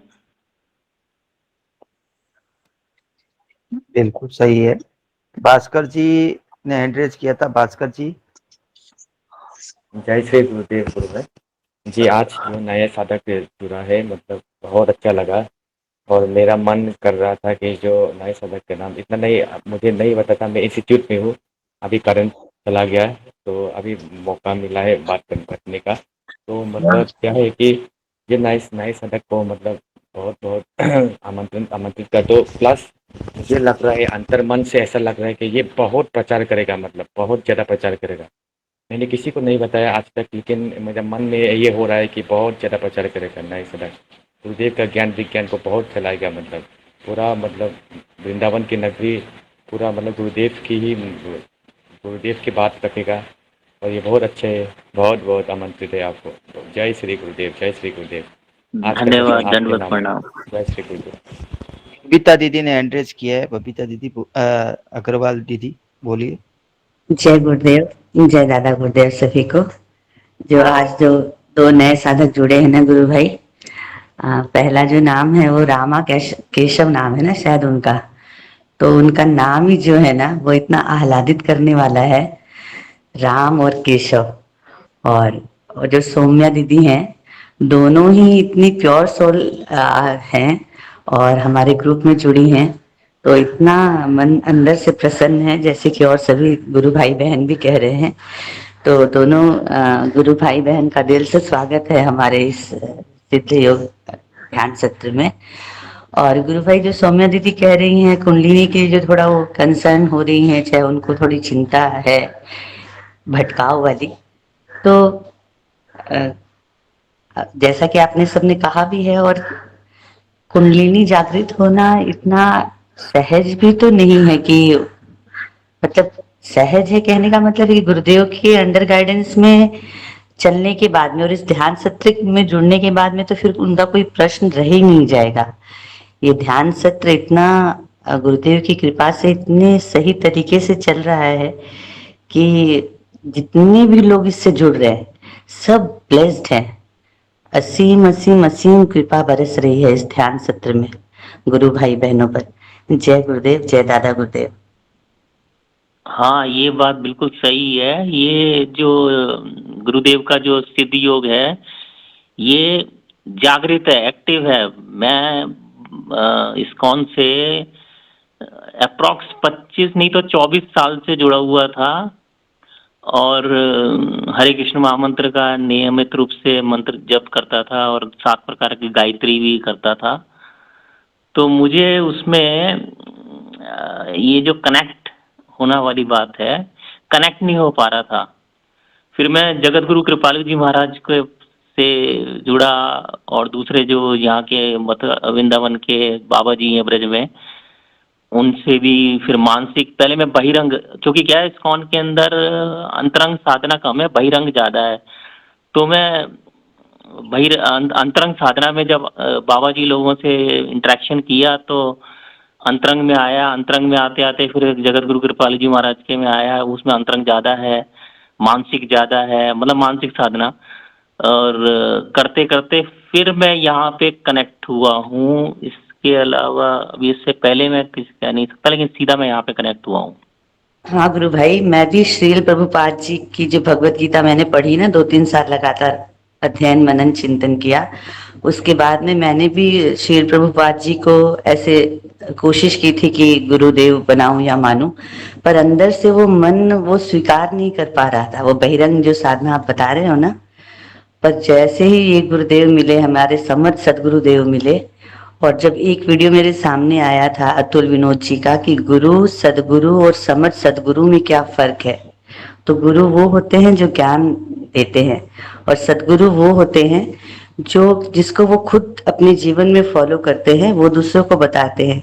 और समर्थ सदगुरु वो होते हैं जो अपनी देह में रहें ना रहें, वो अपनी भी आत्मा का कल्याण करते हैं और वो अपने समर्पित सभी साधकों को भी जीवन मरण से मुक्त करते हैं। तो जब ये वीडियो मेरे सामने आया था तो उस दिन मैं बहुत रोई थी कि मुझे मेरे सच्चे समर्थ सदगुरुदेव मिल गए। मंत्र तो मुझे मिल गया था 4 महीने पहले ये वाला, और मैं मंत्र से बहुत कनेक्टेड हो गई थी। उसके बाद भी बहुत रोती थी भगवान के सामने कि मैं कैसे मानूं कि यही मेरे सदगुरु हैं।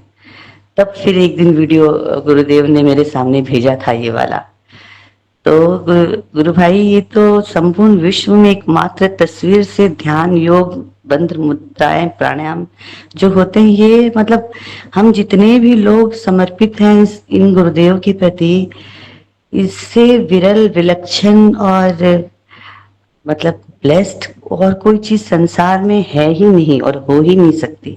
जय गुरुदेव, जय दादा गुरुदेव।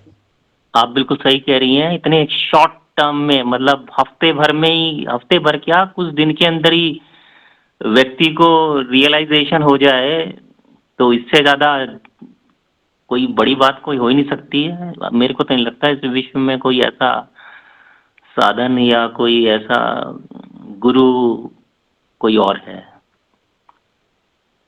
जी गुरु भाई, हम सभी बहुत भगवान की कृपा है हम सब पर। जय गुरुदेव। जो जिज्ञासा है मेरी कि जैसे मोक्ष की बात होती है, मुक्ति मोक्ष, अब हम भक्ति योग से, क्योंकि मैंने तो इसमें सब पढ़ा हुआ है, तो भक्ति योग में टोटल तो 5 प्रकार की मुक्ति है, लेकिन भक्ति योग के में 4 मुक्ति और आ जाती हैं, लेकिन भक्त वो भी नहीं चाहता है।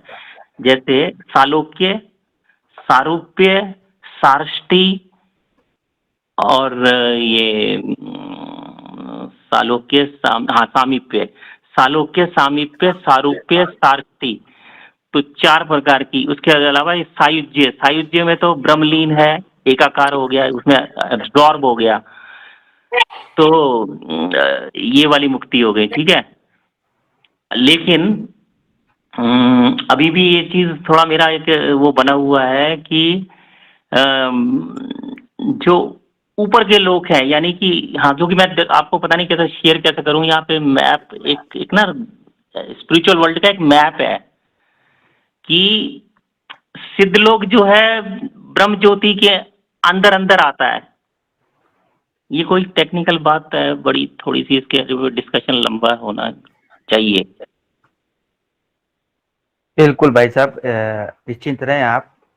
देखिए, अलग अलग रूपों में जो है आध्यात्मिक परिवर्तन जो है उनकी व्याख्याएं होती है, लेकिन हमारा जो ये योग है, ये पतंजलि योग सूत्र में जो अष्टांग योग है, उसमें जो क्रमिक विकास जो है, जिसमें कि 7 कोषों का जो विकास बताया गया है, जो अन्नमय कोष, प्राणमय कोष, मनमय कोष, विज्ञानमय कोष, आनंद, चित्त और सत, ये जो 7 कोष हैं, इस पे आधारित योग दर्शन पे आधारित ये सिद्ध योग है।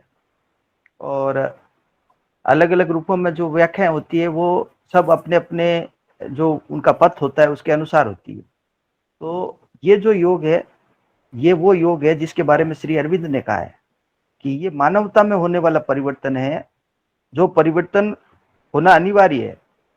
तो जो पीछे वाले जो विज्ञान में कोष तक तो मानवता ने विकास कर लिया, विज्ञान ने अपना जो है महत्व और जो प्रभाव है वो संसार में स्थापित किया, लेकिन विज्ञान के आगे का 3 जो कोष है, आनंद, चित्त और सत, उन कोषों को चेतन किया जाता है इस आराधना के द्वारा। तो ये सारे कॉन्सेप्ट धीरे धीरे आप गुरुदेव की जो पुस्तक है ना, सिद्ध योग, उसको जब आप पढ़ेंगे ना, तो आपके सारे कॉन्सेप्ट क्लियर हो जाएंगे और जो परिवर्तन है वो आपको समझ में आने लगेगा। मम्मी का कमरा में। हाँ, इसमें ये बात ठीक है। मैं नीचे की तो बात ही नहीं कर रहा हूँ, मैं जो ऊपर के ब्रह्मरंध्र के ऊपर जब निकल जाता है व्यक्ति, यानी इस ब्रह्मांड को पार कर जाता है, तो उसके बाद विरजा नदी, जिसको कारण समुद्र बोलते हैं, उसके परे परव्योम है, वहां पर सिद्धलोक है।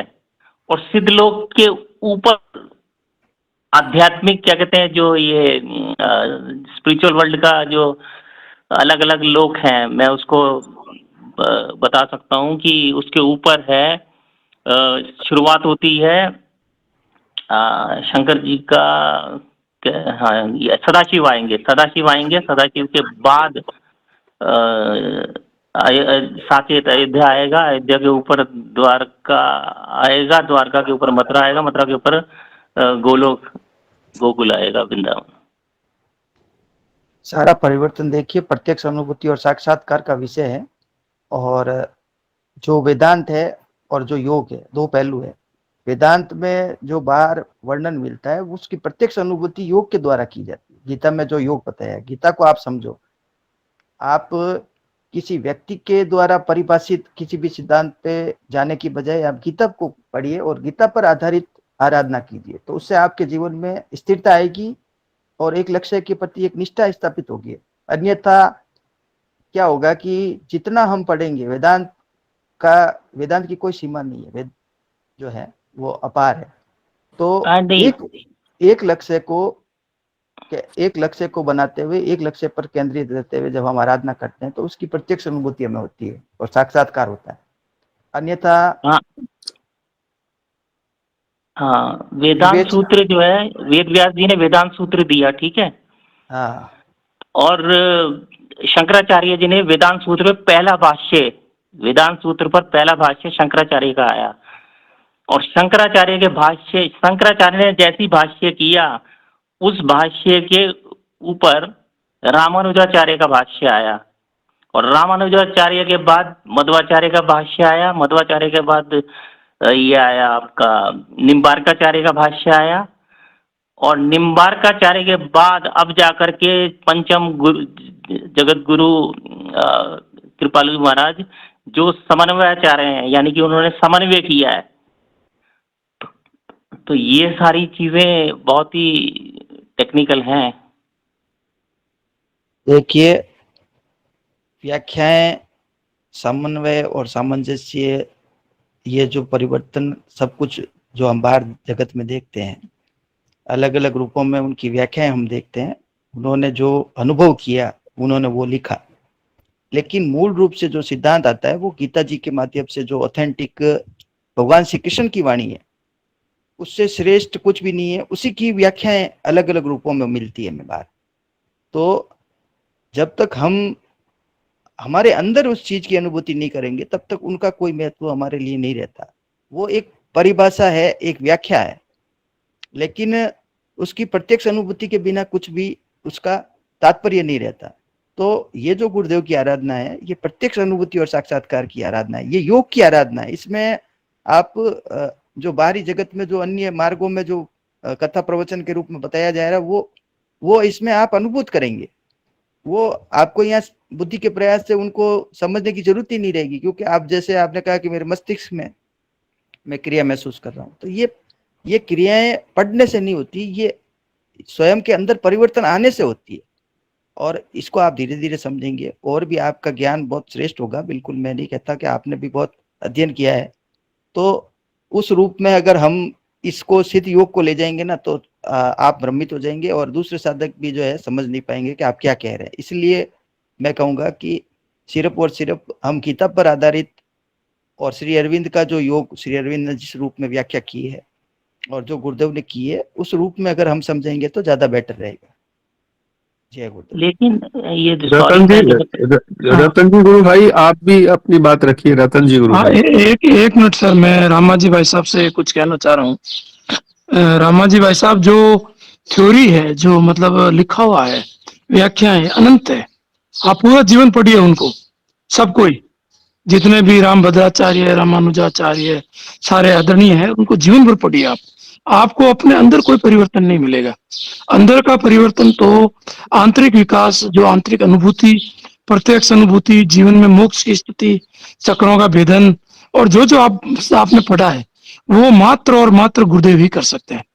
आपको तो इन सब को आपने खूब अध्ययन किया है। अब समय आ गया है कि आप उस सिद्ध मंत्र को, उस संजीवनी मंत्र को इतना जपें कि आपके अंदर वो तीव्र विकास हो और इन चीजों को आप प्रत्यक्ष रूप से खुद अनुभूत करें।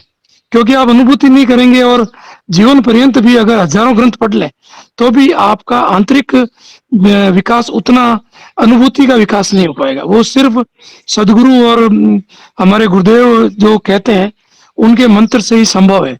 क्योंकि गुरुदेव कहते हैं कि मैं शरीर रूपी ग्रंथ को पढ़ना सिखाता हूँ। तो ये शरीर रूपी ग्रंथ ही एक श्रेष्ठ ग्रंथ है। दुनिया के हजारों लाखों ग्रंथ इसके आगे जीरो है। अगर आपको शरीर रूपी ग्रंथ पढ़ना है तो आप बाकी सारे ज्ञान को अन्यत्र एक तरफ रोक के आप पूर्णतः हृदय से गुरुदेव की शरण होके और आप पूरी तरह से लग जाएंगे तो आप बहुत आनंद महसूस करेंगे और दिनों दिन नई अनुभूति और नए सोपानों को आप यात्रा करेंगे। जय श्री गुरुदेव। हाँ, ये सही है। ज्ञान को विज्ञान तो ये इसी तरीके से होता है जो तरीका गुरुदेव ने बताया है, इसमें कोई डाउट नहीं है। लेकिन हाँ, ये है कि जैसे भगवत गीता की बात कर रहे हैं, तो भगवत गीता जहाँ खत्म होती है, भागवतम वहां से शुरू होती है।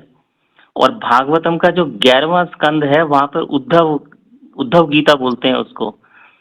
तो गीता की अंडरस्टैंडिंग भी वो 11वें स्कंद यानी 11th कैंटो के अंदर ज्यादा क्लियर होती है। जय गुरुदेव। गुरु भाई, हमारे गुरुदेव ने ये सारी बातों के ऊपर एक लाइन से सारा पर्दा डाल दिया है कि तुम चल आगे रहे हो, देख पीछे रहे हो। राम जी ने क्या किया, कृष्ण ने क्या किया, गुरुओं ने क्या किया, मोहम्मद ने क्या किया। तुम चल आगे रहे हो, देख पीछे रहे हो, तो तुम तभी तो ठोकर खा रहे हो। अभी हमें ये काम नहीं करना है। पीछे जो कहा है कह दिया, उन्होंने अपना काम कर दिया। वो आत्म साक्षात्ती थे, उन्होंने आत्मा का ज्ञान था। हमें है नहीं है ना, हमें तो इससे पढ़ के आना भी नहीं है। और मैंने ग्रंथ साहिब को, गुरु ग्रंथ साहिब 10 गुरु है उसमें, उनको 15 से 20 साल पढ़ा है। मुझे कंठ भी थी, बहुत सारी चीजें उनकी कंठ थी, पर एक उंगली तक नहीं हिला पाता, कोई एक उंगली भी नहीं हिला पाता। और यहाँ हमारे गुरुदेव सीधा सहस्त्रार की साधना करवा देते हैं, पीछे वाले सारे चक्कर भेदन करके हमारा सीधा कंठ से मंत्र चल पड़ता है और ऊपर की साधना होती है। तो आप चलिए भी आगे और देखिए भी आगे, छोड़ दीजिए जो पीछे हो गया हो गया। बहुत अच्छी ज्ञान है, ज्ञान को छोड़ के भक्ति में आ जाइए और गुरु को समर्पित हो जाइए। जय गुरुदेव। हम सब उसी तरह के ही हैं, जैसे आप आए हो ना, हम भी ऐसे ही आए थे, पढ़े लिखे, वो सब भूल जाता है। पर जब कोई सामने इंसान आता है ना आपकी और आपको जरूरत होती है, वो पूरा का पूरी लाइन वहां से ग्रंथ साहिब से सामने आ जाती है कि बेटा अभी ये बोलना है तुझे, ठीक है, तो आपको भी याद आएगा।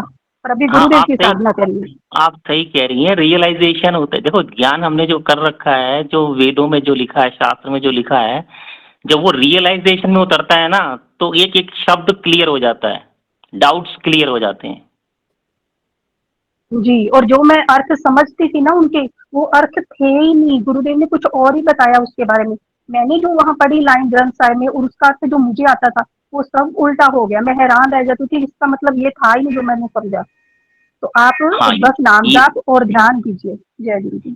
यही चीज आपने सही बोला। रतन जी गुरु भाई, संक्षिप्त में आप भी अपनी बात रखें। जय गुरुदेव। वैसे मेरी जो मन की बात थी वो ललित जी गुरु भाई ने कह दी थी, मैं वो ही बोलता जो ललित जी गुरु भाई कह गए। नए गुरु भाई का बिल्कुल स्वागत है इसमें। और गुरु भाई को मैं ये कहना चाहूंगा कि जैसे अभी आपने एक पुस्तक की इच्छा की और वो इच्छा पूर्ति आपको यहीं पे हो गई, तो बस ये गुरुदेव की जो सिद्धि हो गए, इसमें ऐसे ही है, संयोग हमारे इतने अच्छे अच्छे बनते हैं कि आप खुद एक बुक लिखने लग जाओगे कि यार मेरी अनुभूतियां लिखो, तो मैं मतलब एक बुक लिख दूं। तो हमारे पास भी ऐसे अनुभव हैं। बस अभी आपकी गुरुदेव की इसमें शुरुआत हुई है, तो ये जो क्वेश्चन है स्वाभाविक है, इस तरह की जिज्ञासा, इस तरह का। और जब हमारे पास ज्ञान होता है, जो कि किताब भी एक पुस्तकीय ज्ञान होता है, वो हमको जरूर नए नए प्रश्न खड़े करवाता है, तर्क खड़े करवाता है। उन प्रश्नों को, उन तर्कों को बिल्कुल खड़ा कीजिए, वो स्वागत है। लेकिन आप उन जब गुरुदेव की साधना करेंगे ना, तो सब भीतर से जवाब मिलेगा। ये जो भगवत गीता यहाँ पे जो पाठ होता है, इसका जो अर्थ है वो भी आप जब भीतर से गुरुदेव से जुड़ेंगे तो सब कुछ आपको सहज रूप से समझ में आने लगेगा। और फिर एक दिन ये भी लगने लगेगा, गुरु भाई आप अन्यथा मत लीजिए, कि यार ये जो ज्ञान का भंडार है, जितना पढ़ा है, ये कोई काम का नहीं है। प्रैक्टिकली जो है वो काम का है। अब जैसे मैं कहूँ कि हाइड्रोजन के 2 अणु और ऑक्सीजन का 1 अणु, H2O से जल बनता है, तो मैंने रट रखा है, ये ज्ञान है, ये सत्य है। लेकिन जब उसको लैब में करूंगा, हाइड्रोजन के 2 अणु और ऑक्सीजन के 1 अणु लेके, और फिर वो जल बनता देखूंगा, तब मुझे पता चलेगा कि यार वास्तव में ये है रियल। तो वो स्थायी ज्ञान होता है। तो गुरुदेव जो ज्ञान है वो फालतू का ज्ञान हटा देंगे, बेमतलब के तर्क हटा देंगे, और इतना आपको संतुष्ट करेंगे कि आप यूं कहोगे कि बस वार्ता करने में, सत्संग में मजा आता है, लेकिन जब आप सब अंदर से मिल रहे हैं, तो ये जिज्ञासाओं का समन करना भी गुरुदेव का सिद्ध योग ही कर पाता है। तो जितना आप ये, और नाम जप की बात और बताऊं, नाम जप जैसे अब दीपावली पे सभी गुरु भाई बहन सफाई में लग रहे होंगे, हम काम पे ध्यान केंद्रित करेंगे, कार्य पे बहुत ज्यादा, तो फिर हमारा नाम जप नहीं चलेगा। जैसे हम झाड़ू भी लगा रहे हैं, या कुछ भी काम कर रहे हैं XYZ, तो सफाई पे कम फोकस और अंदर हो जाओ कि भाई मुझे नाम जप करते हुए और फिर ये झाड़ू लगानी, मुझे नाम जप करते हुए फिर बर्तन धोना। यदि हम बर्तन धोने पे फोकस कर दिया तो फिर नाम जप रुकेगा, क्योंकि उसके उस पे ज्यादा फोकस कर दिया। काम होता रहे और नाम जप भी, संतुलन नहीं बन पाता है कई बार। तो इस सफाई का जो अभियान चल रहा है सभी घरों में पूरे अपने हिंदुस्तान में, तो उसमें इस नाम जप का हम बढ़ा सकते हैं। हर कार्य करते हुए गुरुदेव का नाम जप करें, और जितना नाम जप करेंगे उतना आपका ध्यान लगेगा, उतना ही आपका ज्ञान अंदर से प्रकट होगा। और जो बाहरी ज्ञान है जो बहुत अच्छा लगता है आपको, वो भी उसमें जो वैसी बातें वो अपने आप ही समन हो जाएंगी, शांत हो जाएंगी। जय गुरुदेव। गुरु भाई एक लाइन बोलूंगी। आपने अभी भगवत गीता में 11वें अध्याय में उद्धव जी का जो उदाहरण पेश किया था, तो मुझे याद आ रहा है, इससे पहले भी मुझे ये था मेरे माइंड में, लेकिन गुरुदेव ने वो ले आए उसको, कि उद्धव जी जब गोपियों को समझाने आए तो गोपियों ने क्या कहा, ये तो प्रेम की बातें हैं उद्धव, बंदगी मेरे वश में नहीं है। तो आप प्रेम से चलिए गुरु भाई, सहज और सरल। आपको कितना भी ज्ञान है, आपने कितने ही वेदों का अध्ययन किया है, आपने कुछ भी पढ़ा है, वो सब आपका प्रशंसनीय है, वंदनीय है, लेकिन आप बिल्कुल सहज और सरल गुरुदेव से आप ये कहिए अंतर्मन से, प्रभु मैं कुछ नहीं जानता, मैं अकिंचन हूँ, मैं कुछ नहीं जानता, आप मेरे अंदर भरिए। आपके अंदर आपका वो ज्ञान जो भरा पड़ा है, वो अगर जब तक गुरुदेव उसको, वो भी चलेगा, लेकिन आपके नूतन आपके अंदर जो भरने वाले, उसकी आप कल्पना भी नहीं कर सकोगे गुरु भाई। तो इसलिए प्रेम से भक्ति मार्ग से चलिए, सहज और सरल बालक बन जाइए। देखिए आपके अंदर कितने अभूतपूर्व परिवर्तन आते हैं, और कैसा आप गोपियों की तरह रसास्वादन। आप तो वैसे भी गोपियों की ब्रजभूमि में, कृष्ण की ब्रजभूमि में जन्मे हो, आप तो वहां से बिलोंग करते हो, तो बहुत बहुत अच्छे जीवन में आपके अभूतपूर्व परिवर्तन आएंगे। जय गुरुदेव, जय श्री दादा गुरुदेव। बिल्कुल सही कह रही है गुरु बहन। रियलाइजेशन जो है ना बड़ी चीज होती है, ज्ञान के ऊपर रियलाइजेशन है। तो आज की सारी बातों का यही सार निकलता है हमें, कि शरीर दो संसार को और मन दो भगवान को। तो साफ सफाई जो कह रहे हैं करते हुए बिल्कुल अपनी बॉडी का से काम करते जाना है और मन में नाम जाप करते जाना है, यही लास्ट हमारी लाइन है। तो चलो अभी गुरु चरणों में समर्पित करते हैं। जय गुरुदेव।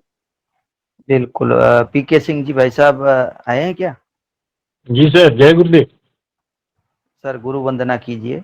ड्यूटी मिली तो निभाना पड़ेगा ना सर। है सर, ड्यूटी मिली तो उसको तो निभाएंगे ना। बिल्कुल बिल्कुल बिल्कुल।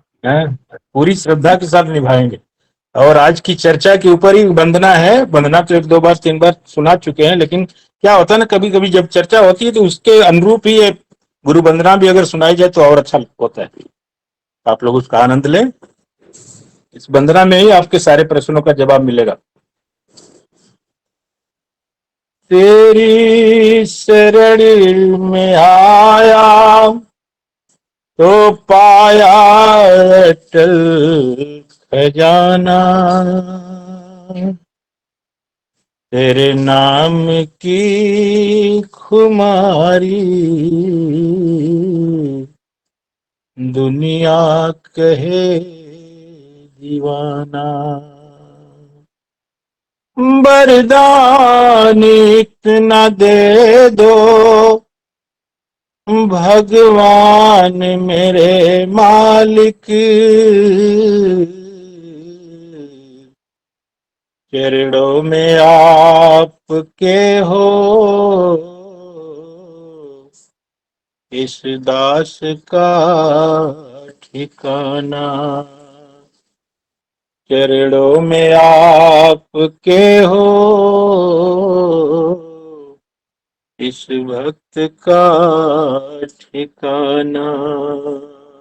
जगत के रंग क्या देखूं तेरा दीदार काफी है।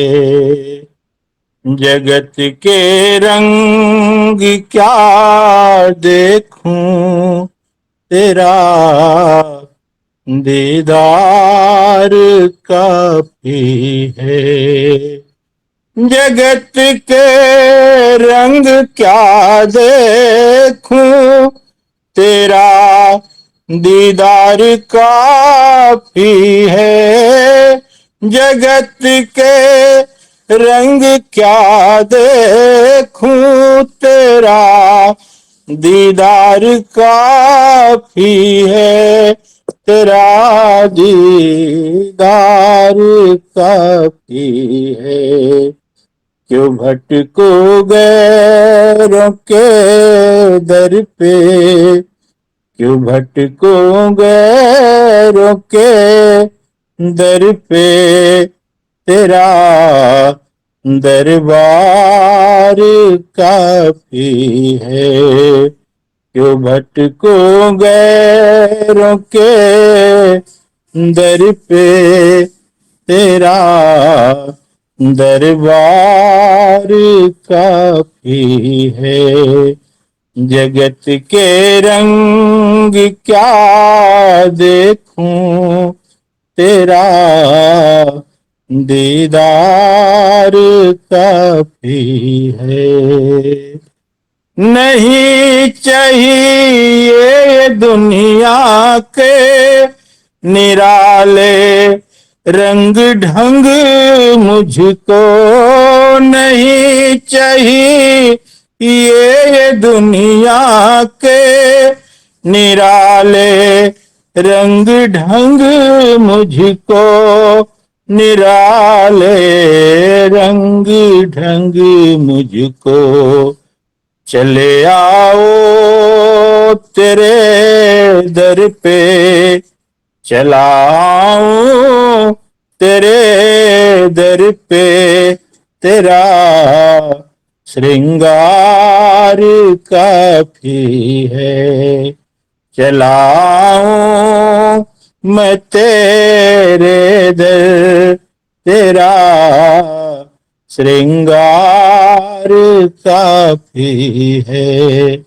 जगत के रंग क्या देखूं तेरा दीदार काफी है। जगत के साज बाजों से हुए हैं कान अब बहरे, जगत के साज बाजों से हुए हैं कान अब बहरे, हुए हैं कान अब बहरे। कहाँ जाऊं सुनो बंसी, कहाँ जाऊं सुनो बंसी, मधुर वो तान काफी है। कहाँ जाऊं सुनो बंसी, मधुर वो तान काफी है। जगत के रंग क्या देखूं तेरा दीदार काफी है। जगत की झूठी रौनक से है आंखें भर गई मेरी, जगत की झूठी रौनक से है आंखें भर गई मेरी, है आंखें भर गई मेरी। चले आओ मेरे गुरुवर, चले आओ मेरे मोहन, दरस की प्यास काफी है। चले आओ मेरे मोहन, दरस की प्यास काफी है। जगत के रंग क्या देखूं तेरा दीदार काफी है। जगत के रिश्तेदारों ने बिछाया जाल माया का जगत के रिश्तेदारों ने बिछाया जाल माया का, बिछाया जाल माया का। तेरे भक्तों से हो प्रीति, तेरे भक्तों से हो प्रीति, गुरु परिवार काफी है। तेरे भक्तों से हो प्रीति, गुरु परिवार काफी है। जगत के रंग क्या देखूं, तेरा दीदार काफी है। क्यों भटको गैरों के दर पे, तेरा दरबार काफी है। तेरा दरबार काफी है। जय गुरुदेव आप सभी को। जो आप सभी ने सुना, जो हमने सुनाया, जो भी इस मंच पर आप सभी ने सुना, सब गुरुदेव श्री कल्की भगवान के चरणों में सादर समर्पित है। जय श्री कल्की भगवान, आपकी सदा ही जय जय। गुरु बहन भावना जी, गुरुदेव का जयकारा लगाइए। गुरु बहन भावना जी। बोलिए समर्थ सदगुरु रामलाल जी शाह 10वें अवतार कल्कि अवतार की 10 दिशाओं में सदा ही जय हो, जय हो, शिव रूपी गंगाईनाथ जी महाराज की जय हो, कुंडलनी शक्ति गुरु माँ की जय हो, जय हो, जामसर धाम की जय हो, फलाना धाम की जय हो, काजलवा धाम की जय हो, जोधपुर धाम की जय हो, नारी शक्ति की जय हो, आज के आनंद की जय हो, भारत माता की जय हो, वंदे मातरम, वंदे मातरम, मातरम, हर हर कल की हर हर कल की जय श्री गुरुदेव। सब ठीक हो सभी बहन भाइयों को मेरी जय श्री गुरुदेव।